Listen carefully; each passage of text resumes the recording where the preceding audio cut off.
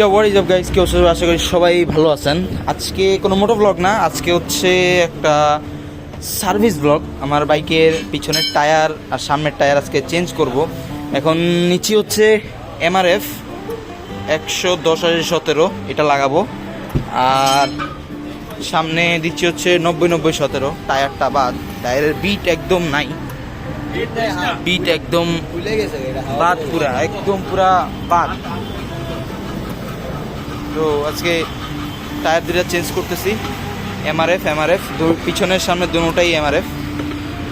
আজকে বৃষ্টির দিনে আসলে চেঞ্জ করার কোনো ছিল না, হঠাৎ করে সামনের টায়ারটা লিক হয়েছিল, আর আগেই কয়েকবার জেল পাল্টানো হয়েছে, খোলার পরে জেল টেল পাল্টাইয়া দেন করা হয়েছিল। কিন্তু আবার আজকে সকালে বাসা থেকে বের করে দেখি যে সামনের চাকা পুরা বৈশা গেছে, একদম একদম মাঝখানে ফুটাটা হয়েছিল, একদম পুরা বৈশা গেছে একদম নিচে। তো এই কারণে আসলে পরে এই অবস্থায় আসলে চালায় নিয়ে আসছি নটটার পর্যন্ত উত্তরাতে। পরে এখানে আসলাম এই ভাইয়ের দোকানে, একদম সাথে ভাইয়ের দোকানটা। এখান থেকে ওনার সাথে আমার প্রাইজে হয়েছে, তো ওইখানে এসে লাগাই নিতেছি। তো আপনারা একটু দেখেন টায়ারটা একটু লাগান, এখন লাগাবে সামনেরটা আর পিছনেরটা। এই দোকানে আপনারাও আসতে পারেন, Fahim motors and tyre centre, এই দোকান থেকে লাগাচ্ছি। হাওয়া দিচ্ছে এখন। এটা হচ্ছে সামনেরটা 90/90/17। গাড়িটা চালায় মজা পাওয়া যাবে যদিও, কারণ নতুন টায়ার। ভাই বিটটা একটু দেখে একটু করে, হ্যাঁ, নাহলে গালি পরে এরকম বাউল হবে, নাহলে পরে চালায়া পরে নাহলে মজা পাবো না। পুরা সামনের দুটোটাই খোলা, দেখি এখন লাগাই থাকুক।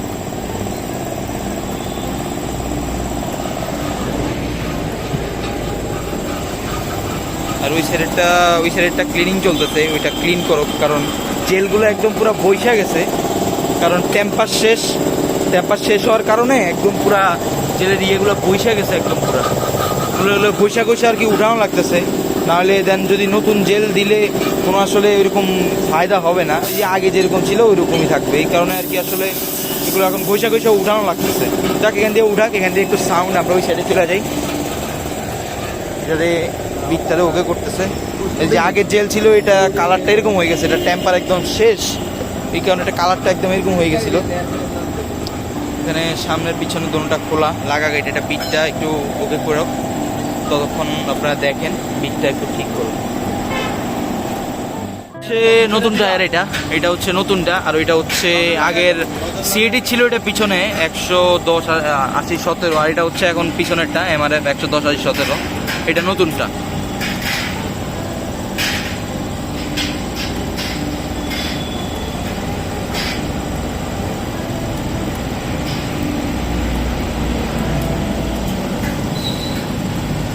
আর দুটোটাই লাগানো শেষ, সামনে এটা লাগাই ফেলছি, এটা শেষ লাগানো, এটা শেষ।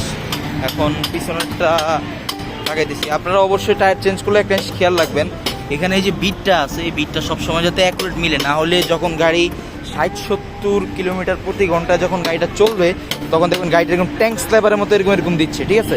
এই জিনিসটা খেয়াল রাখবেন অবশ্যই। টায়ার পাল্টার সময় জিনিসটা মাস্ট, বিটটা যাতে মিলে, এই জিনিসটা খেয়াল রাখবেন।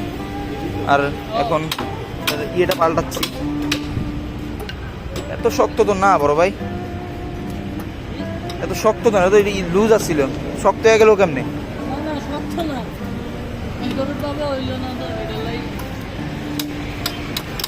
একটু বিটে ঢুকে গেছে নাকি?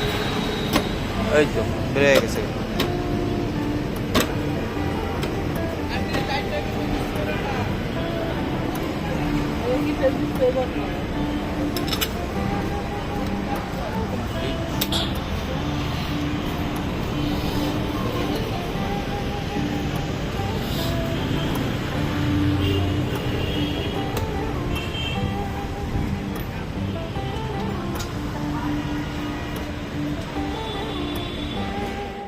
তো টায়ার লাগানো শেষ, সোনার বাংলাদেশ। এখন চালানোর পরে আপনাদেরকে রাইডিং এক্সপিরিয়েন্স দিব যে নতুন টায়ার লাগানোর পরে কেমন লাগতেছে। এখন আগে চালায় নেই, এটা দিয়ে আগে 500-1000 কিলো চালাই দেন, আপনার সাথে রিভিউ দিব।